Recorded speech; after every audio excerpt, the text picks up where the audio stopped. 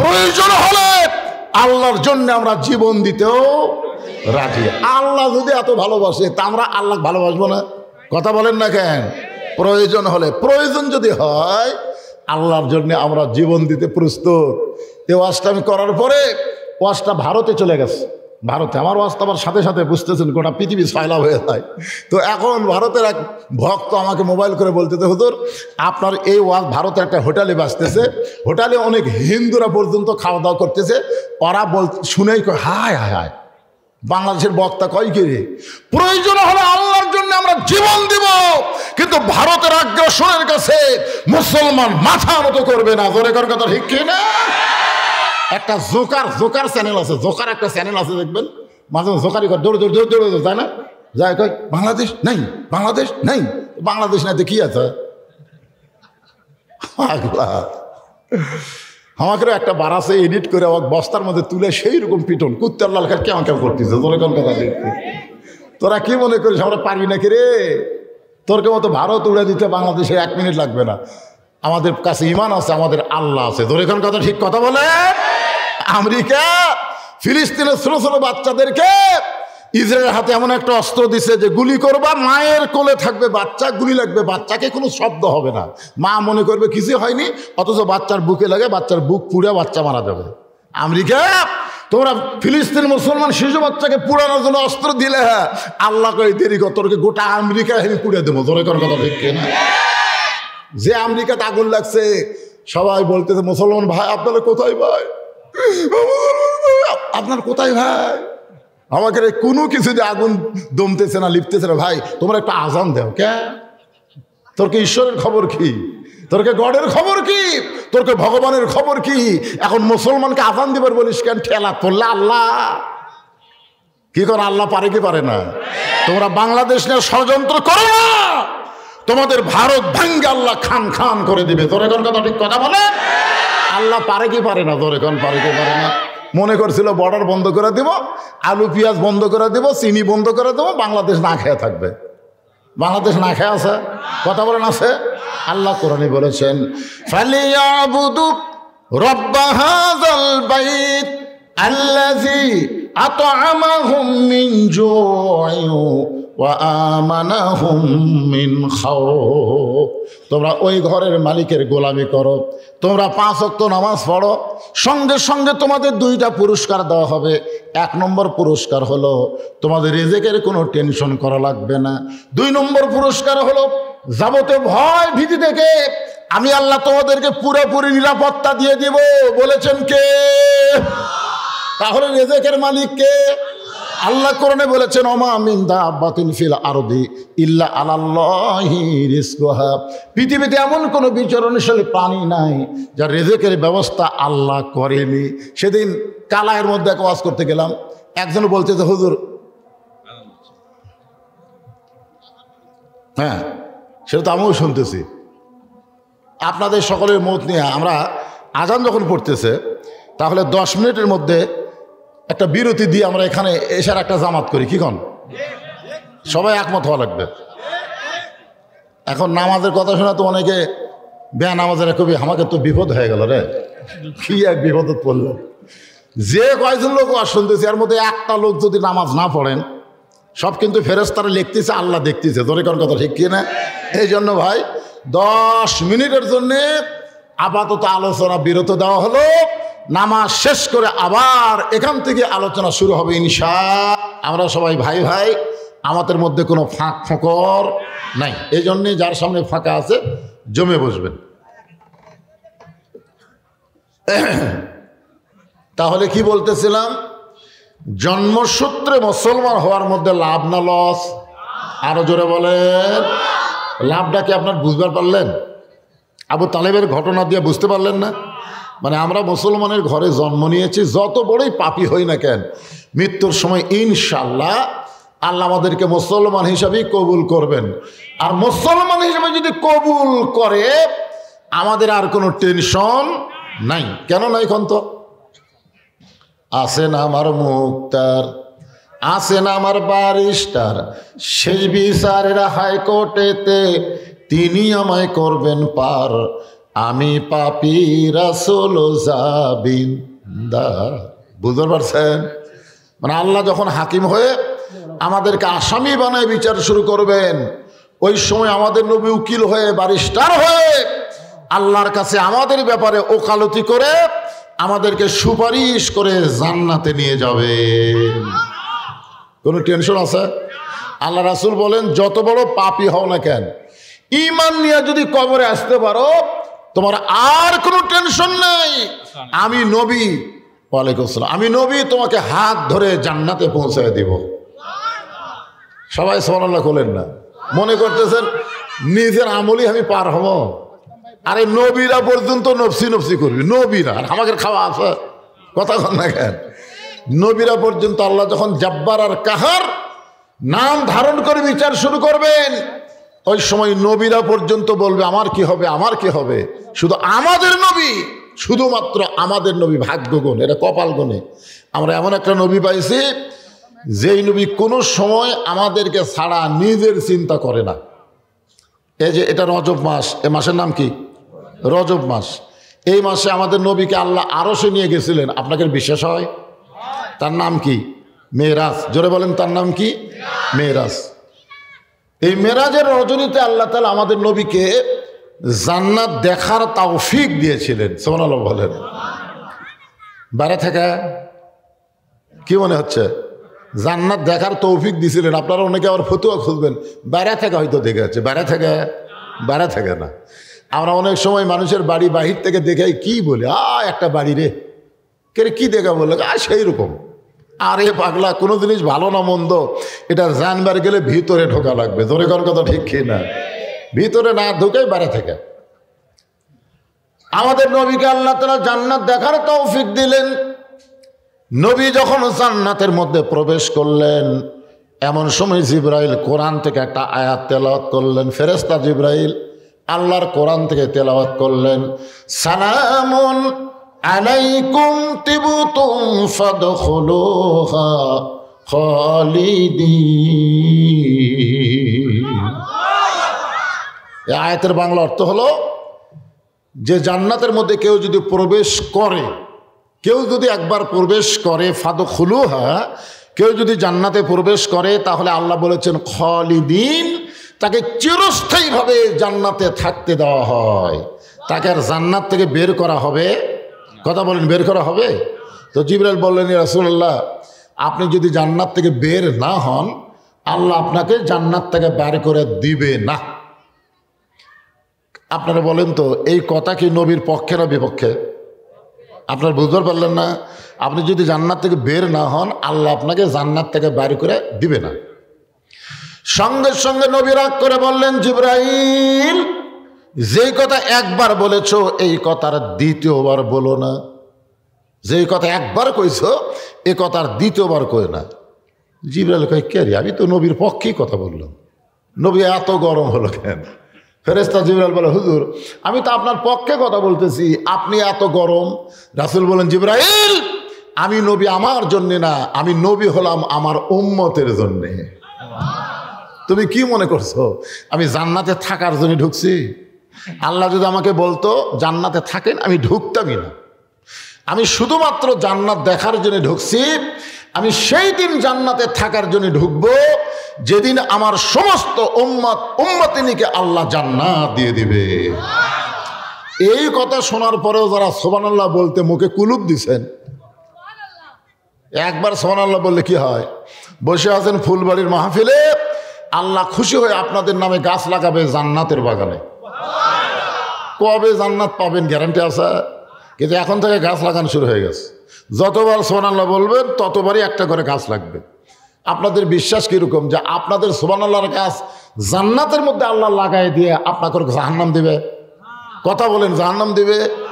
দুনিয়াতে এই জান্নাতের বাগানে যারা প্রবেশ করেছে, আল্লাহ অবশ্যই তাদেরকে জান্নাতেও প্রবেশ করাবেন ইনশাআল্লাহ। এ বিশ্বাসে মিলাই বস্তু, তর্কে বহুদূর। অনেকে বলবে, হুজুর জান্নাতে এতই সহজ। এ কথা কিন্তু আমাদের মধ্যেই কিছু লোক বলে, জান্নাত এতই সহজ। আমি একটা হিন্দুরে মরছিলাম, মরলে কোথায় যাবা? কার স্বর্গে যাব। দেখছেন, একটা হিন্দু সরাসরি বলে মরলে স্বর্গে যাব। আর একজন মুসলমানকে বললাম, ভাই মরলে কোথায় যাবেন? কবরে যাব। দেখছেন, মুসলমানের বিশ্বাস দেখছেন মরলে কবরত যাবে, আর হিন্দুর বিশ্বাস মরলে স্বর্গে যাবে। আপনি স্বর্গ মানে জান্নাত, স্বর্গ মানে কি? জান্নাত আল্লাহ কার জন্য বানাছে? কথা কন না কেন, কার জন্যে? আল্লাহ কোরআনে বলেন, ফাদখুলি ফি ইবাদি ওয়াদখুলি জান্নাতি। কেবলমাত্র আমার ইবাদতকারী বান্দা বান্দিরা জান্নাতের মধ্যে প্রবেশ করবে। ধরে কোন সুবহানাল্লাহ। এখন বাপের সম্পত্তি পাওয়ার ব্যাপারে গ্রামের মধ্যে ছেলে বলে বেড়ায়, আমার বাবার সম্পত্তি পাই কি না পাই, পাই কি না পাই, পাই কি না পাই। গ্রামের লোকজন বলতেছে, তোর জন্মে মনে হয় সমস্যা আছে, কারণ বাবার সম্পত্তি সন্তান পাবি না তো কে পাবে? সন্তান যেমন বাবার সম্পত্তি ওয়ারিশ মোতাবেক পায়, লা ইলাহা ইল্লাল্লাহ কলেমা যারা স্বীকার করেছে তারা জান্নাতের ওয়ারিশ হয়ে যায়। ধরে কেন সুবহানাল্লাহ। ভাইজানের আপনার পিছনে দাঁড়িয়ে থাকেন কেন? কি নিয়ত? না দাঁড়িয়ে থাকার নিয়ত কি? আসা মাত্র বসে পড়বেন। কোরআনের মাহফিলে দাঁড়িয়ে থাকার জন্যে এখানে 1 ঘন্টা বসেন, কোরআনের আকর্ষণে আল্লাহর মহব্বত দিয়ে 1 ঘন্টা বসেন, আল্লাহ 60 বছর নফল ইবাদত করার সওয়াব দিয়ে দিবে। 1 ঘন্টা দাঁড়িয়ে থাকেন, একটা সওয়াবের গল্প নেই। 1 ঘন্টা বসলে গল্প আছে, দাঁড়িয়ে থাকে গল্প হয়? 2-1টা কথা হয়, কিন্তু গল্প হয় না। গল্প যদি আমরা লম্বা করি তাহলে কি করি? চলো ভাই বসি, আজকে অনেক কথা আছে, চলো বসি। কারণ না বসলে তো কথা জমবি না। খাড়া হয়ে থাকে, হেঁটে হেঁটে 2-4টা কথা বলা যায়, কিন্তু বেশি লম্বা কথা বলা যায় না। তো এই জন্য আপনারা যারা আসতেছেন আসা মাত্র বসে পড়বেন। আর মাহফিলের ভলেন্টিয়ার ভাইরা নাই, এই মাহফিল যারা করতেছে যুব সমাজ, এই যুব সমাজ কোথায় গেল? এই যুব সমাজের তদারকি করা লাগবে যে লোকজন আসা যেন দাঁড়িয়ে না থাকে, আসার পরেই যেন তারা বসে পড়ে। আর আপনাদের আমি বলেছি বসার সময় ওই ফাঁকা ফাঁকা না বসে সামনে পুরো করে বসবেন, আস্তে আস্তে পিছনে মানুষ বসবে। মাঝখানে ফাঁকা দেখলে পায়ের স্যান্ডেল হাতত দিবে, মাথার উপর দিয়ে স্যান্ডেল চলে আসবে। জানেন ওই যে ওই জায়গার থেকে এক ছেলে যদি আপনাকে মাঝখানে ফাঁকাত বসে, ওই স্যান্ডেল পাওয়ার দিয়ে আসবে না, হাতত দেবে, কথা কয় না তো। হাতত যদি ওই স্যান্ডেল কার উপর দিয়ে আসবে? তা আপনি কি চান যে পায়ের স্যান্ডেল আপনার মাথার উপরে উঠুক? এটা আপনি চাবেন? কুটি পাও আর কুটি মাথা, এটা বোঝা লাগবে না? এই জন্যে মাঝে মাঝে ফাঁকা না রেখে, ফাঁকা থাকলে পিছনে থাকা অসুবিধা নেই। কি বলতেছিলাম? যে যদি ঈমান নিয়ে মুসলমান হয়ে আমরা মরতে পারি, আমাদের কোনো টেনশন কেন নাই? কারণ আমাদের উকিল আছে। আমাদের কি আছে? উকিলের নাম হলো মুহাম্মাদুর রাসূলুল্লাহ। সকলে বলি সাল্লাল্লাহু আলাইহি ওয়াসাল্লাম। এমন একজন নবী, যে নবী জান্নাতের মধ্যে গিয়েও আমাকে কথা ভোলে না। আমরা কিন্তু দরুদ শরীফের মধ্যে পড়েছি, কি পড়েছেন? আল্লাহুম্মা সাল্লি আলা সাইয়্যিদিনা মুহাম্মদ। আমাদের নবী শুধু আমাদের নবী না, আমাদের নবী হলো আমাদের নেতা। বাংলাদেশে অনেক মুসলমান নবীকে নবী হিসাবে বিশ্বাস করে, কিন্তু নেতা হিসাবে মানবার চায় না। নেতা হিসাবে মানবার চায় না। আমাদের নবী কি শুধু নবী ছিলেন? তার জীবনে পড়ে দেখেন, তিনি হলেন পৃথিবীর শ্রেষ্ঠ বাবা। তার মতন ভালো বাবা কিয়ামত পর্যন্ত কেউ হবে না। তিনি হলেন পৃথিবীর শ্রেষ্ঠ স্বামী। তার মতন ভালো স্বামী পৃথিবীতে কেউ হতে পারবে না। তিনি হলেন পৃথিবীর শ্রেষ্ঠ সেনাপতি। বদরের যুদ্ধে এমন সেনাপতিত্ব করলেন, তার মতন সেনাপতি কেউ হতে পারবে না। আবার তিনি হলেন পৃথিবীর শ্রেষ্ঠ নানা। তার মতন নানা কেউ কোনোদিন হতে পারবে না। আবার মদিনা যখন রাষ্ট্র গঠন হলো, আল্লাহ নবী হলেন মদিনা রাষ্ট্রপতি। তার মতন রাষ্ট্রপতি কিয়ামত পর্যন্ত কেউ কোনোদিন হতে পারবে? কথা বলেন, পারবে না। এই জন্য আমাদের নবী খালি নবী না। আল্লাহ কোরআন এই জন্যই বলেছেন, লাকাদ কানা লাকুম ফি রাসূলিল্লাহি উসওয়াতুন হাসানা। যদি তুমি সফলতা অর্জন করতে চাও, তাহলে রাসূলকে তোমাদের আদর্শের নেতা হিসাবে গ্রহণ করে নাও। এ কথা আমার না আল্লাহর? জোরে বলেন। তাহলে এখন যখন বলবো আমার নেতা, তোমার নেতা, সকলেই বলবেন বিশ্ব নবী মুস্তাফা। বলতে পারবেন না ভাইজান? আমার নেতা, তোমার নেতা হলো না। এটা মেম্বার মার্কা স্লোগান হলো, এটা কমিশনার মার্কা স্লোগান হলো।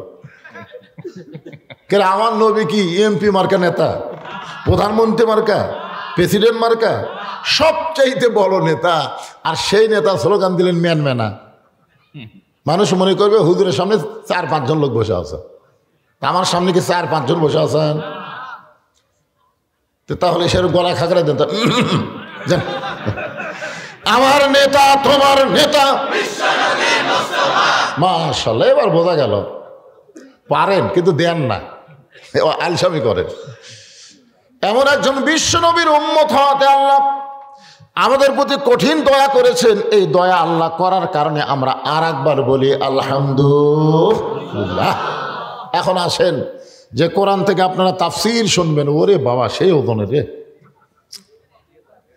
আপনারা একটু চিন্তা ভাবনা করে বলবেন, এই কোরআনে কোনো সন্দেহ আসলেই নাই না? আছে, আছে,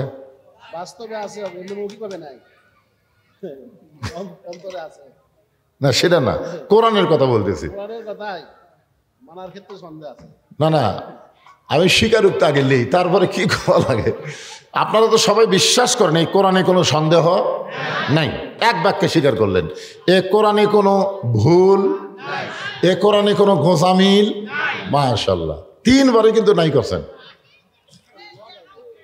আচ্ছা, বর্তমানে যে আইন দিয়ে আমাদের বাংলাদেশ চলতেছে, এ আইনের মধ্যে সন্দেহ আছে? এ আইনের মধ্যে ভুল, ধোঁকা? তাহলে পর কাটটা বললেন 3 বারই আছে, আগে বলছেন 3 বারই নাই। তাহলে আমাদের কোনটা ধরা উচিত, আগেরটা না পরেরটা? আমরা কোরআনের ওয়াজ শুনবো আর মানুষের তৈরি আইন অনুযায়ী চলবো, আর মরার সময় হয়ে মুসলমান হয়ে মরবো, এইটা কখনোই কল্পনা করা যাবে না। যাবে? আইন মানবো যার, আরো জোরে, জোরসে বলুন, জোর হলো না, আরো জোরে, মাশাআল্লাহ। সেই কোরআন থেকে ছোট্ট একটা সূরা আপনাদের সামনে আজকে আলোচনা হবে। সূরাটার নাম হলো সূরা আসর। জোরে বলেন, নাম কি? আসর শব্দের অর্থ হলো সময়। সময়, সময় বোঝেন না? গত বছর এই সময় আমরা ওয়াজ করতে গিয়ে চারিদিকে তাকাছি, এরকম করে তাকে দেখছি যে পুলিশ আছে কিনা, র্যাব আছে কিনা, হাসিনা সরকারের কোনো ক্যাডার বসে আছে কিনা, এরকম চারিদিকে দেখে শুনে যদি দেখি সবগুলাই আছে, পুলিশ, র্যাব, ক্যাডার সবই আছে, তখন আমরা তেলা ওয়াজ মারছি, এমন ওয়াজ করছি ধরা যেন না করি। কিন্তু এই বছর এই সময় আমরা বক্তার কোনো দিকে তাকাচ্ছি না। তাহলে বোঝা গেল সময়ের দাম আছে না নাই? গত বছর যৌবনকালের একটা সময়, বুড়াকালের একটা সময়, এই সময় নিয়েই কিন্তু আল্লাহ শপথ করছেন। ওয়াল আসর মানে সময়ের শপথ। মিশে মায়ায় বন্দি থাইকা করলাম কত খেলা,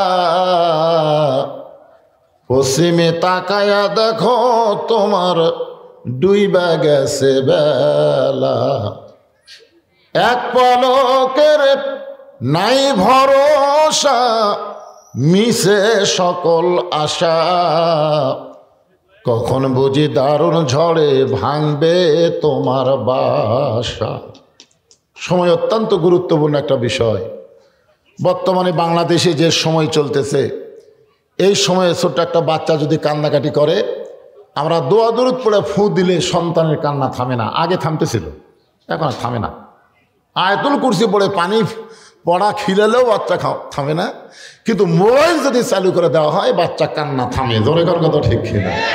বর্তমান সময়ে মোবাইলের কাছে দোয়া দরুদ ফেল। কি সময়, যে সময় প্রত্যেকটা যুবকের হাতে একটা করে মোবাইল। আপনি জানেন, যুবকের হাতে একটা খোলা অস্ত্র থাকলে যুবকের জীবন নষ্ট হইতো, কিন্তু চরিত্র নষ্ট হইতো না। এই মোবাইল অনেক যুবকের চরিত্র নষ্ট করে দিচ্ছে। জোরে কোন কথা ঠিক কিনা? সময় অত্যন্ত গুরুত্বপূর্ণ একটা বিষয়।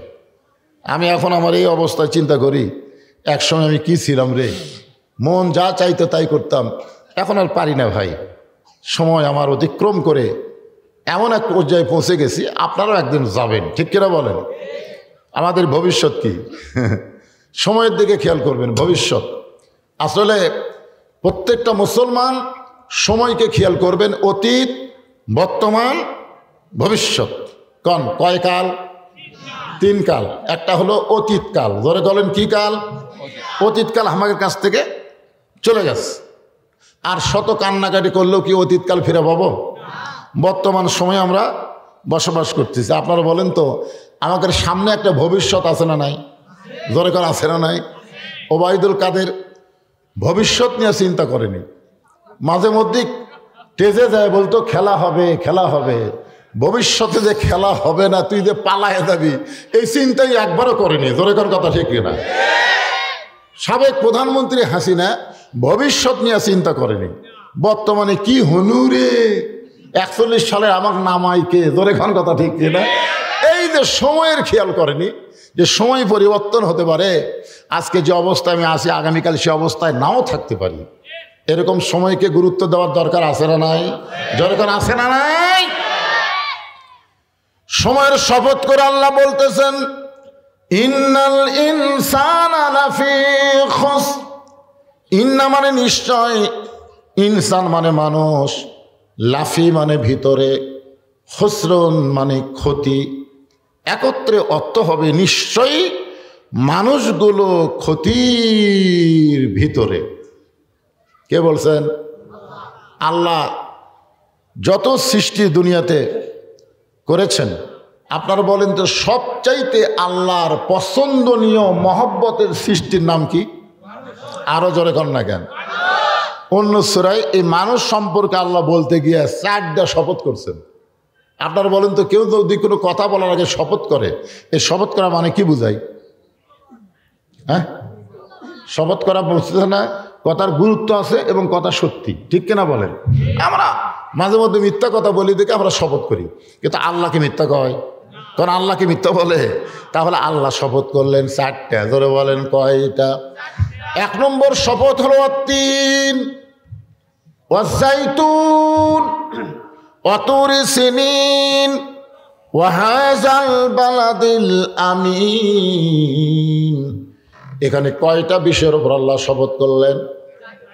খেয়াল করছেন? আগে হলো অত্তিন, 1, অত্তিন ওয়াজাইতুন ওয়াতুরি সিনিন ওয়াহাজাল বালাদিল আমিন। 4টা শপথ করার পর আল্লাহ বললেন, লাকাদ খলাকনাল ইনসানা ফি আহসানি তাকবীর। এই আয়াতের বাংলা অর্থ হলো, মানুষকে আমি আল্লাহ সর্ব উত্তম আকৃতিতে সৃষ্টি করেছি। আল ইনসানু আশরাফুল মাখলুকাত, সমস্ত মখলুকাতের মধ্যে মানুষ হলো সর্বশ্রেষ্ঠ। জোরে কান সুবহানাল্লাহ। সব দিক দিয়ে শ্রেষ্ঠ। চেহারার দিক দিয়ে কয় নম্বর? জোরে কর না কেন? কয় নম্বর? 1 নম্বর। কারণ এখানে আহসানে তাকবীম মানে তার এই অবয়বকে আল্লাহ অতীব সুন্দর করে তৈরি করছেন, আদর করে মানুষ আল্লাহ বানায়া কেমনে দিবেন জাহান্নামে ফেলিয়া। সবাই বলেন, আদর করে মানুষ আল্লাহ বানায়া কেমনে দিবেন ক্ষতির মধ্যে ফেলিয়া। এত আদর করে আমাদেরকে তৈরি করলেন, আর সেই মানুষকে আল্লাহ বলতেছে নিশ্চয় মানুষগুলো ক্ষতির ভিতরে। আপনার বলেন তো, এই কথা বলার মধ্যে মারিফত আছে না নাই? মারিফত বোঝেন? অনেকে মনে করে মারিফত মানে মরার পথ, মানে পীর সাহেবদের মারিফত খেয়াল করে কয় মারিফত মানে মরার পথ। মারিফত শব্দের অর্থ হলো পরিচিত বিষয় সম্পর্কে অবগত হওয়া, পরিচিত বিষয়। এই ইনসানকে আমরা সাধারণত উভয় লিঙ্গ হিসাবে জানি। উভয় লিঙ্গ মানুষ, পুরুষ মানুষ, মেয়ে মানুষ। পুরুষ মানুষ কথা কয় না। মানুষ কয় প্রকার? পুরুষ মানুষ, মেয়ে মানুষ। ইনসানের মধ্যে পুরুষও আছে, মেয়েও আছে, কিন্তু হিজড়া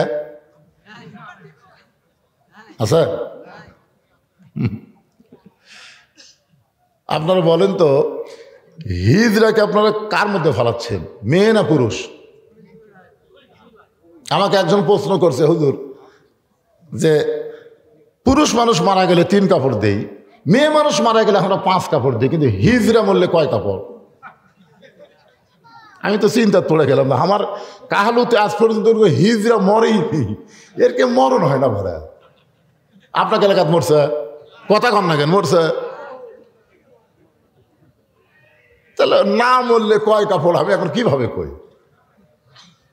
আমি চিন্তা করলাম, জীবনে মরাও দেখিনি, কাপড় দেওয়ার কথা শুনিনি, যত বড়ই মৌলবি হই বলবার পারতেছি না। কিন্তু বাইহাকী শরীফের মধ্যে রাসূল বলেছেন, স্বামী স্ত্রীর কারণে সন্তান হিজড়া হয়। হিজড়া হওয়ার পিছনে সন্তানের কোনো দোষ নাই, দোষ হলো স্বামী স্ত্রী, পিতা মাতা, পিতা মাতার দোষে সন্তান হিজড়া হয়। কার দোষে? পিতা মাতার দোষে সন্তান হিজড়া হয়। নিজের হালাল স্ত্রীকেও যে সময় সহবাস করা জায়েজ নাই, হারাম, ওই সময় যদি কোনো স্বামী জোর করে স্ত্রীকে সহবাস করে, আর ওই সহবাস করার কারণে যদি পেটে বাচ্চা আসে, ওই বাচ্চাটা হিজড়া হয়। হিজড়া হওয়ার পরে সে যদি মেয়েদের মধ্যে সবসময় থাকে, তাহলে মরার পরে 5 কাপড়। আর হিজড়া হওয়ার পরে সে যদি পুরুষের মধ্যে থাকে, তাহলে তাকে মরার পরে 3 কাপড়। ধরে কোন কয় কাপড়? তাহলে ইসলামে বিধান আছে না নাই? আপনাদেরকে বলে দিলাম।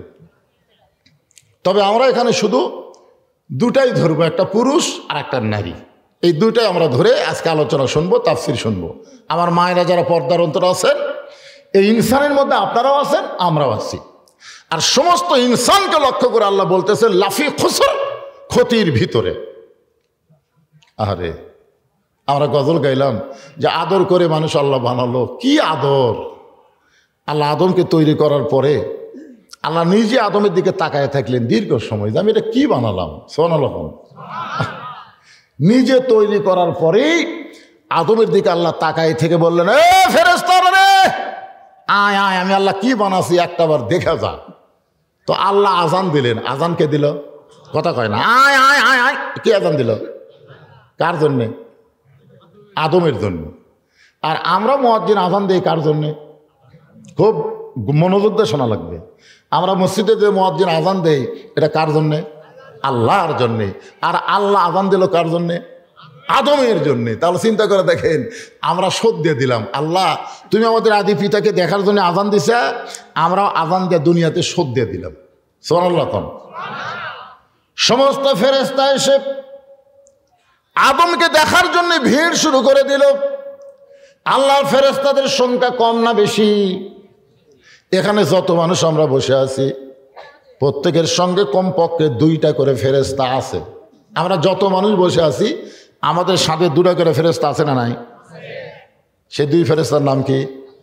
কিরামান কাতিবিন। কিরামান কাতিবিন ইয়ালামুনা মা তাফআলুন। তোমার 2 কান্দে 2 মুহুরি লিখিতেছেন ডায়েরি, 2 কান্দে 2 মুহুরি লিখিতেছেন ডায়েরি, দলিল দেখে রায় দিবে, টাকা পয়সার নাই কারবার। আছে না নাই? আচ্ছা, আপনি যদি দরজা বন্ধ করে কোনো অন্যায় করেন, দরজা বন্ধ করে অন্যায় করতেছেন, তখন মনে হয় 2 কান্দের ফেরেশতা থাকে না? থাকে? থাকে? তাহলে যারা দরজা জানলা বন্ধ করে 100টা করে সিল মারছে, সকালে এসে গল্প করছে যে কেউ দেখেনি, কেউ দেখেনি। আপনারা বলেন তো 2 ফেরেশতা তখন ঘুমাচ্ছিল? কথা বলেন, ঘুমাচ্ছিল? 2 ফেরেশতা বলতেছে, আল্লাহ এতগুলা সিল একলাই মারলো, আর বলতেছে কেউ দেখেনি। আল্লাহ বলতেছে বেঈমান। যখন আপনারা বলবেন কেউ দেখেনি, তখন আপনি বেঈমান হয়ে যাবেন, কারণ কেউ না দেখলেও কে দেখতেছে? আরো জোরে বলেন। আসরের নামাজ পড়ে জমি দেখতে গেছে, জমির ধান কেমন হয়েছে দেখবে, দেখে ওপর জমির পানি চলমল করতেছে, নিচের জমির পানি নাই। কে করে উপরে পানি চলমল করে, নিচে আমার জমির পানি নেই, কি করি? তখন চারিদিকে তাকাছে, এরকম চারিদিকে তাকিয়ে দেখে কেউ নেই। আস্তে করে বসে বিসমিল্লাহ কয়ে আল কাটছে। আপনার গন্ধ যে পরের পানি বিসমিল্লাহ কয়ে আল কাটলে হালাল হবে? বিসমিল্লাহ কছে তো হবে? বিসমিল্লাহ কয়ে আল কাটে ওই পানি কাটে দিয়ে ওই পানি দিয়ে হাত ধোছে, ধুয়ে আবার উপরে উঠে চারিদিকে তাকায় আলহামদুলিল্লাহ, কেউ দেখেনি। আচ্ছা, আলহামদুলিল্লাহ করলে সওয়াব হবে? কথা কোনো সওয়াব হবে? বিসমিল্লাহ কয় আল কাটছে, আলহামদুলিল্লাহ কয় কেউ দেখেনি। ফেরেশতা কয় আল্লাহ আমরা কি লেখবো ছিল। আজকে যুবকেরা বাড়ির থাকবার চায় না, রাস্তায় ঘুরে বেড়ায়, কি করে ছটফট করে না? ছটফটাই বন্ধ করবার যদি চাও একটা ভালো মেয়ে দেখে ওর বিয়ে দিয়ে দাও, আর ছটফটানি বেড়া এমনি বন্ধ হবে। জোরে কোন কথা শিখছি না। আদম আলাইহিস সালামের ভিতরে যখন ছটফটানি বেড়াম ঢুকলো, আল্লাহ বুঝবার পারলেন আল্লাহু আলিমুম বিজাতিস সুদূর, মুখে বলার আগে অন্তরের ভাষা জানে তিনি কে। আরো জোরে বলেন। আমি বলিনি, খালি কল্পনা করছি। আল্লাহ বলে ওটাও আমি জানি। তো এখন আদম আলাইহিস সালামের ভিতরে রোগটা আল্লাহ বুঝতে পেরে আদম আলাইহিস সালামকে জান্নাতের মধ্যে একটা ঘুম দিলেন। ডাক্তারের কাছে গিয়ে যদি আপনি বলেন যে খালি আমি ছটফট করি, তখন ডাক্তার বলে একটু ঘুমের ওষুধ দেয়, যে ঘুমের ওষুধ খালি ঘুম পারলে ঠিক হয়ে যাবে। আদম আলাইহিস সালাম যখন ঘুমিয়ে অচেতন, আল্লাহ চিন্তা করে দেখলেন চেতন পাওয়ার পরে আবার এই ব্যারাম শুরু হবে। চিরস্তরে এই যে বিয়ে দিলেন স্বামী স্ত্রী হিসাবে, তাদেরকে আল্লাহ তাআলা জান্নাতে থাকার অনুমতি দিয়ে দিলেন। সুবহানাল্লাহ কোন। এবং ঘোষণা করলেন ওয়ালা তাকরাবা হাযিহিশ শাজারাতা ফাতাকুনা মিনাজ জালিমিন। কোটি কোটি অসংখ্য গাছ জান্নাতের ভিতর আছে, কিন্তু ওই গাছের কাছে যায় না, ওই গাছের কাছে যায় না। সব গাছের কাছে যাও, কোনো সমস্যা নাই, কিন্তু ওই একটা গাছের কাছে যাইতে আল্লাহ নিষেধ করলেন। ওটার নামই হলো হুকুম। ওইটার নাম কি? কথা বলেন। হুকুম মানে আল্লাহর গোলামি, হুকুম মানে আল্লাহর ইবাদত। আল্লাহর হুকুম পালন করার নামই হলো ইবাদত। এই যে আল্লাহর হুকুম এশার নামাজ আদায় করা, এটা কার হুকুম? আমরা সবাই বললাম, যতগুলা মানুষ ওয়াজ শুনছি ততগুলা মানুষকে পড়ছি কি? এখনো পর্যন্ত যতগুলা মানুষ ছিলাম সেগুলো তো এখনো হয়নি। চিন্তা করে দেখেন, আল্লাহ রাসূল যে বললেন যে মান তারাকা সালাতু মুতাম্মিদান ফাকাত কাফারা, ইচ্ছা করে এক ওয়াক্ত একটা নামাজের হুকুম কেউ যদি তরক করে সে অবশ্যই আল্লাহর সাথে কুফরি করলো। বাইনাল আবদি ওয়াল কুফরি তরক সালাত। বান্দার কাফেরের মধ্যে পৃথক করার জিনিসটার নামই হলো নামাজ। পৃথক করার জিনিসটার নাম কি? আরো জোরে বলেন। যারা নামাজ আমরা পড়লাম ফাদখুলি ফি ইবাদি ওয়াদখুলি জান্নাতি, আর যারা পড়লাম না তারা হলাম কাফের। যে যুব সমাজ আজকে এই তাফসীর মাহফিল করতেছেন, এই যুবকদেরকে আমি লক্ষ্য করে বলবো, খালি কোরআনের মাহফিল করলে হবে না, নামাজ ধরা লাগবে। ধরে কোন ঠিক কিনা?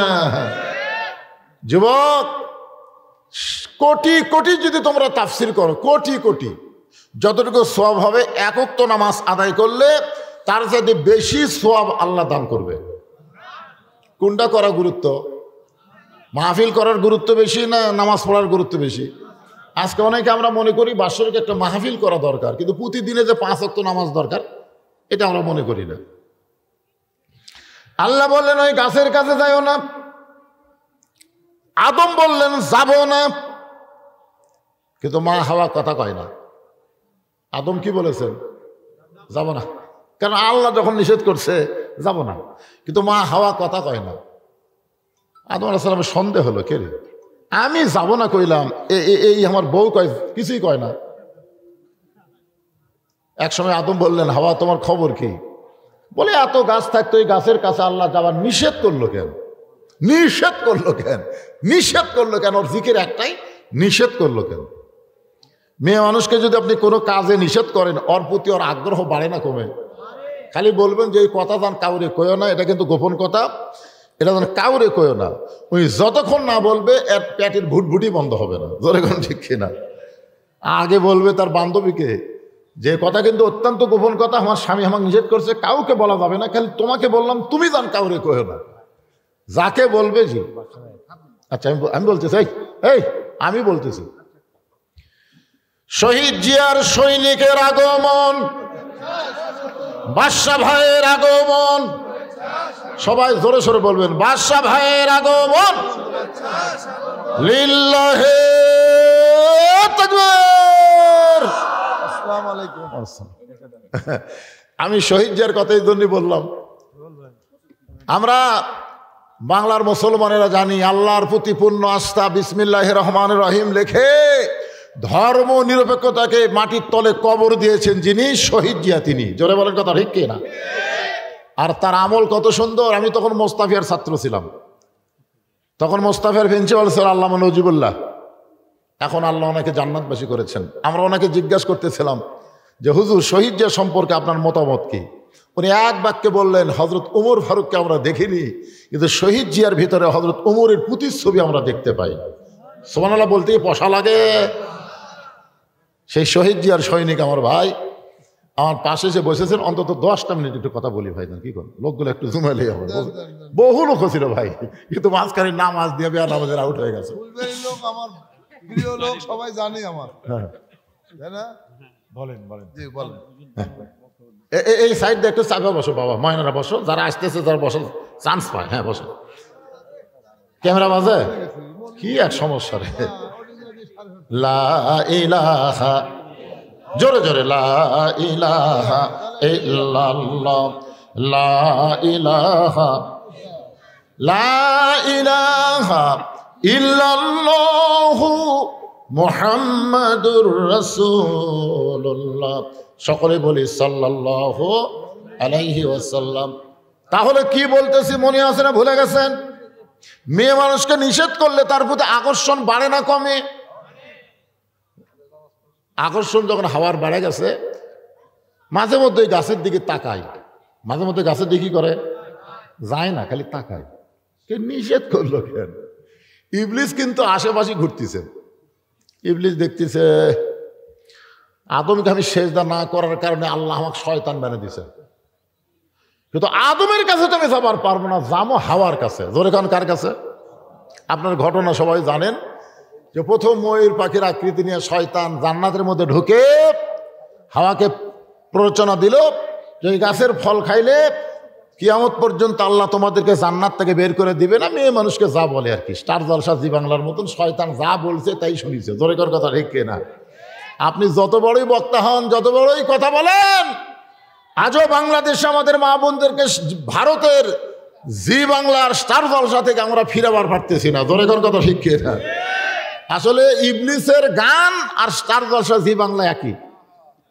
ও মায়ের, আপনারা জানেন 400 বছর পুরাতন বাবরি মসজিদ ভাঙ্গে ভারত ওই জায়গায় রাম মন্দির বানাছে।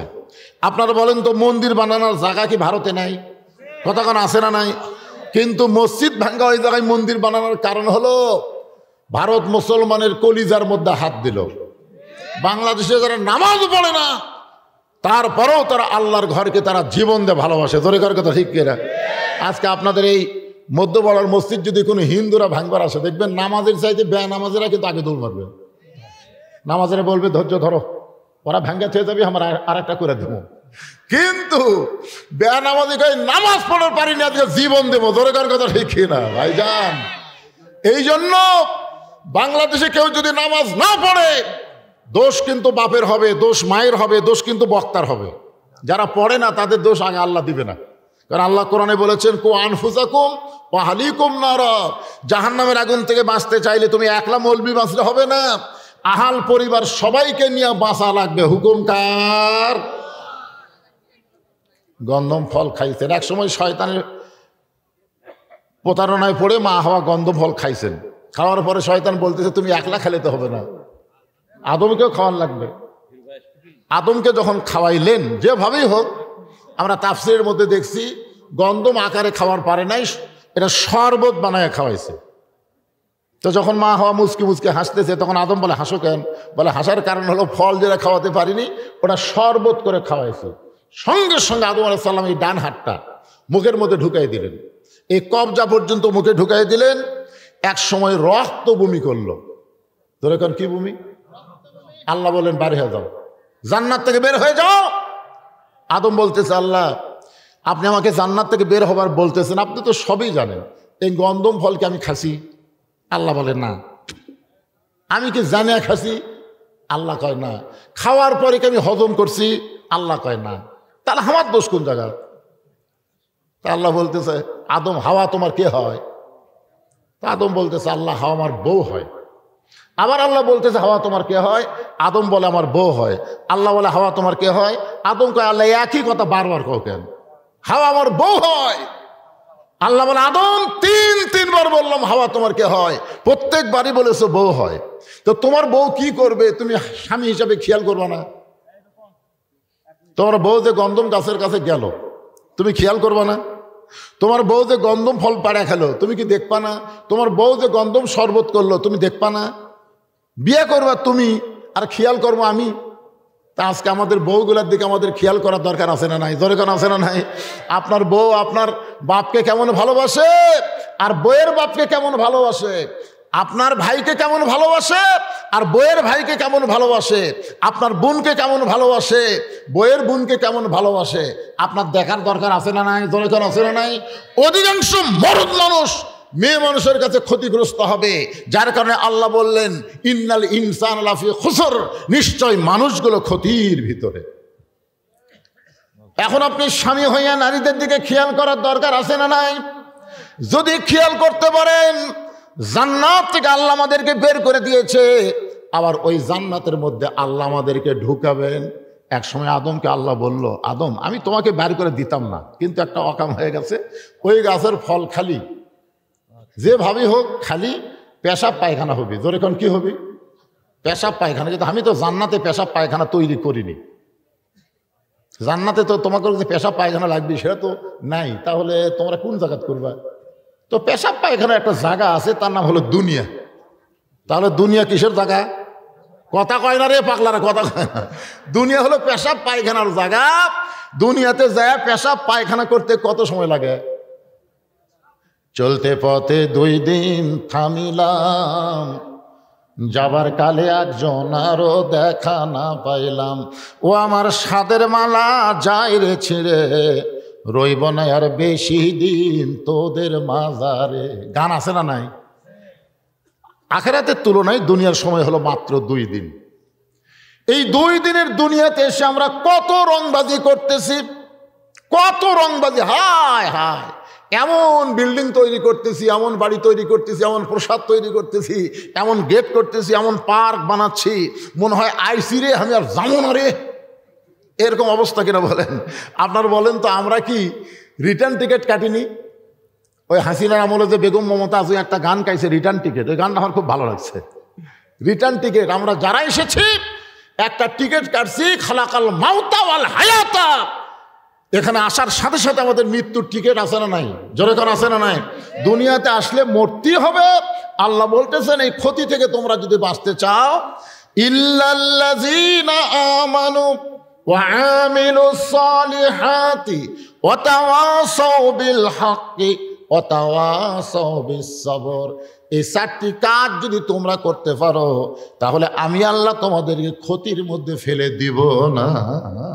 জোরে বলেন কয় কাজ? আরো জোরে। এই 4টা আমল করলে আল্লাহ আমাদেরকে ক্ষতির মধ্যে ফেলাবে না। এই 4টা কাজের ওয়াজকে আপনারা শুনতে চান? চান? কারা কারা শুনবেন? আল্লাহকে একটু হাত দেখেন তো দেখি। যারা শুনবেন তারা একটা হাত তোলেন তো ভাই। আমার বাদশা ভাই মাকতুম ভাই হাত তুলতেছে না, এত চলে দেবে। বুঝিছে ভাই, আর বুঝিছে রে, মাশাআল্লাহ। তো আমার ভাই যারা এসেছে তাদের শুভেচ্ছা বক্তব্য, কারণ সব এলাকারই মানুষ, লম্বা চড়া বক্তব্য না দিয়ে শুভেচ্ছা বক্তব্য দিয়ে কয়টা আজকে দাওয়াত আছে আল্লাহ ভালো জানে। কালকে আমাদের সাবেক এমপি বর্তমান ভবিষ্যৎ এমপি হবে ইনশাল্লাহ। চেহারাও যেমন সুন্দর, ব্যবহারও সুন্দর। মোশাররফ হোসেন ভাই উনি বললো আজকে আমার 7টা মাহফিল। আমি বললাম আমরা আপনাকে সাথে পারতেছি না ভাই, আমার হলো 2টা, আপনার হলো 7টা। আমাকে কয় হুজুর আপনারা খালি নেন আর আমরা খালি দিচ্ছি। এমন এক ডোজ মারছে। এই বললাম ভাই কত, সব মিলে 2 থানা মিলে 500টা মাহফিলের ওনাকে দাওয়াত দিবে। তো 500 মাহফিল, উনি 7টা জাহান্নাম হারাম করার জন্য প্রত্যেক মাহফিলে কমপক্ষে 7,000 করে টাকা দেয়। আর 500 হিসাব করেন, অবস্থা কি হবে? মাশাআল্লাহ, হাসিনা পয়লা গেছে আর ভাইদের উপর গজব দিয়ে গেছে। কারণ আগে ওয়াজই হয়নি তো, একটা ওয়াজ করবার গেলে 14 টাকা যাওয়া লাগছে, দরকার কথা ঠিক কিনা?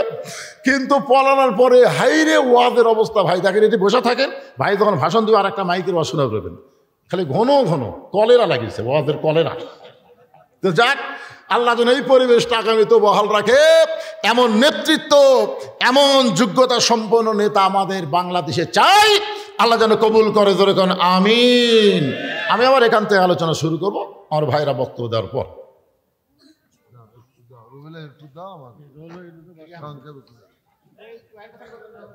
কই যাবেন?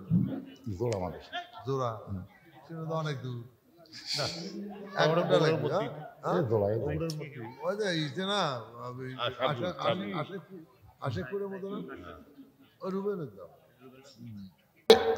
এক নম্বর আমল হলো নামাজ। এক নম্বর আমল কি? জোরে বলেন। নবুয়তের 10ম বৎসরে আল্লাহ তাআলা লাইলাতুল মিরাজ করে নবীকে 5 ওয়াক্ত নামাজ দিয়েছিলেন। এরপরও নবী 3 বছর মক্কায় ছিলেন, নামাজ কায়েম করতে পারেন নাই। আল্লাহ নবী বলে, আল্লাহ কোরআনে যত জায়গায় আপনি বলেছেন আকিমুস সালাত, শুরুতেই দেখেন আল্লাযীনা ইউমিনুনা বিল গায়বি ওয়া ইয়াকিমুনাস সালাত, নামাজ কায়েমের কথা বলেছেন। কিন্তু নামাজ তো কায়েম করা যাচ্ছে না, চুপি চুপি ভয়ে ভয়ে আমরা নামাজ আদায় করতেছি। আল্লাহ বলেন, হাবিব নামাজ কায়েম করতে গেলে যে পরিবেশ লাগবে সেই পরিবেশ বর্তমানে মক্কায় নাই। পরিবেশ তৈরির জন্য প্রয়োজন হলে আপনাকে হিজরত করা লাগবে। আল্লাহ নবী হিজরত করে মদিনায় গেলেন। মদিনায় যাওয়ার পর নবী শুধু নবী ছিলেন না, নবী একসময় নেতা হয়ে গেলেন, নবী রাষ্ট্রপতি হয়ে গেলেন। আল্লাহ পাক বললেন, আল্লাযীনা ইম্মাক্কান্নাহুম ফিল আরদ, মুসলমানের মধ্যে কাউকে যখন ক্ষমতা দেওয়া হবে, ক্ষমতার চেয়ার পাওয়ার পরে তার 1 নম্বর দায়িত্ব হলো নামাজ কায়েম করা। জোরে বলেন, কি কায়েম করা? নামাজ কায়েম করা। আজকে আমাদের বাংলাদেশে মসজিদ আছে, মুসল্লি নাই। বহু মসজিদ তৈরি করেছে সাবেক প্রধানমন্ত্রী হাসিনা, যদিও বিদেশে টাকায় তৈরি করেছে, কিন্তু তারা কিন্তু নাম কুড়াইছে, নাম দিয়েছে মডেল মসজিদ। জোরে কোন কি মসজিদ? আপনার দেখবেন মসজিদ আছে এত সুন্দর, কিন্তু মুসল্লি নাই। মুসল্লি করতে গেলে মসজিদ তৈরি করার আগে নামাজ কায়েমের আন্দোলন করা লাগবে। আর নামাজ কায়েমের আন্দোলন করতে গেলে মানুষের আইন দেওয়া চলবে না, একমাত্র আল্লাহর কোরআনের আইন লাগবে। ধরে বলেন ঠিক কিনা? একমাত্র আল্লাহর কোরআনের আইন ছাড়া নামাজ কায়েম হবে না। মেয়েদের জন্য নেক আমল হচ্ছে পর্দা। আজকে আমরা যত ওয়াজ করি, যুবতী অবস্থায় পর্দার গুরুত্ব না বুঝলে বুড়ি অবস্থায় ঠিকই করে। কে দাদি বোরকা পরছেন? কে মরা লাগবে ভাই? তো মরার জন্য বোরকা, বোরকা হচ্ছে নিজের ইজ্জত আবরুকে ঢাকার জন্যে। জনগণ যখন তাকায় থাকে তখন বোরকা পরে না, আর যখন কেউ দেখে না তখন বোরকা পরে ঘুরে বেড়ায়। এটা পর্দা না, এটা পর্দার সাথে ফাজলামি করা। আপনার 50 বছর আমের গাছের গোড়াত কেউ বেড়া দেয়? যদি দেয়, আপনি যদি বলেন বেড়া কেন দিচ্ছ ভাই, বলে গরু ছাগল যদি খায়। আরে পাগলা, গরু ছাগলের গাছের দিকে ঘৃণা করি তাকাবে না। বেড়া যদি দিবার চাও, ওই যে লকা পাতা বার আছে, ওই ছোট গাছে বেড়া দাও। আমি মা বোনদের জন্য বলবো, মা আমরা যতই ওয়াজ করি আমাদের ওয়াজ দিয়ে পর্দা হবে না। আল্লাহর কোরআনের আইন, পর্দার বিধান বাংলাদেশে চালু করতে গেলে কোরআনের পক্ষে আমাদের থাকা লাগবে। ধরে কোন কথা ঠিক কিনা? তাহলে পুরুষের জন্য 1 নম্বর নেক আমল হচ্ছে নামাজ, নারীদের জন্য 1 নম্বর নেক আমল হলো পর্দা। এই সূরা আসরের মধ্যে বলা হচ্ছে ওয়াতাওয়াসাউ বিল হক, হক কথা বলতে হবে, হক পথে চলতে হবে। হক কথা বলবে গেলে সব লোক বাধা দেবে না, সব লোক কিন্তু বাধা দেবে না। জি, সব লোক বাধা দিবে? 3 শ্রেণীর মানুষ কিয়ামত পর্যন্ত বাধা দিবে। রাসূলের হাদিসে বলা হয়েছে। কয় শ্রেণীর? আমার আঙ্গুলের দিকে তাকান। কয় শ্রেণীর? 3 শ্রেণীর মানুষ কিয়ামত পর্যন্ত হক কথা বলতে বাধা দেবে। 1 শ্রেণীর হলো রাষ্ট্রীয় শক্তি, যারা আবু জেহেলের ভাবে অন্যায়ভাবে মানুষের আইন দিয়ে রাষ্ট্র পরিচালনা করবে। এরা কোনোদিনও চাবে না যে আল্লাহর কোরআন বিজয় হোক। জোরে কোন কথা ঠিক কিনা?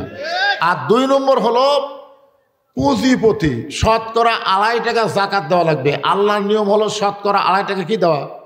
জাকাত দেওয়া। আমরা গরিব মানুষ মনে করি 100 টাকা 2.5 টাকা, 1000 টাকা 25 টাকা, 1 লাখ টাকা 2.5 হাজার টাকা, 1 কোটি টাকা 2.5 লাখ টাকা, 100 কোটি টাকাতে 2.5 কোটি টাকা। বাংলাদেশে অনেক পুঁজিপতি আছে যাদের হাজার হাজার কোটি টাকা আছে, জোরে কর কথা ঠিক কিনা? তাহলে হাজার হাজার কোটি টাকা থাকলে আর কত কোটি টাকা জাকাত দেওয়া লাগবে, হিসাব করে মাথা ঘোরেন। এত কোটি টাকা আমি জাকাত দেব? দরকার হলে কোরআনের বিরুদ্ধে আইন কর্ম, কিন্তু সুদ ভিত্তিক অর্থনীতি চলবে, জাকাত ভিত্তিক অর্থনীতি বন্ধ করা লাগবে। এই পুঁজিপতিরা কোরআন বিজয়ে বাধা দিবে, জোরে কোন কথা ঠিক কিনা? আর 3 নম্বর হলো ধর্ম নিয়ে যারা ব্যবসা করে। আমাদের বাংলাদেশে কিছু ধর্ম ব্যবসা আছে না নাই? এই এখন শুরু হয়ে গেছে, ট্রাকে ট্রাকে গরু যাচ্ছে, ট্রাকে ট্রাকে গরু কোথায় যাচ্ছে? বাবার দরবারে। বাবার দরবারে গরু যায় কেন? তোর বাপ মা নাই? আছে তো, বাড়ির বুড়া বুড়ি আছে, বাড়ির বুড়া বুড়ি আছে, আমি বাবার দরবারে গরু নিয়ে যাচ্ছে। আমার দয়াল বাবার দরবারেতে কেউ ফিরে না খালি হাতে, এরকম আছে না নাই? কথা কোন আছে না নাই? এরা কোনোদিনও চাবে না যে কোরআন বিজয়ী হোক, কারণ কোরআন বিজয়ী হলে বাবার বাজার ভাঙ্গা যাবে, জোরে কোন কথা ঠিক না? তাহলে সর্বসাকল্যে কয় দল? 3 দল মানুষ কিয়ামত পর্যন্ত বাধা দেবে। অতাওয়া সবেল হক, আপনি হক কথা বলবার গেলি। এখানে একটা স্লিপ দেওয়া হয়েছে যে হুজুর হাজীপাড়া বাইতুল মুমিন জামে মসজিদের উন্নতি কল্পে মাহফিল।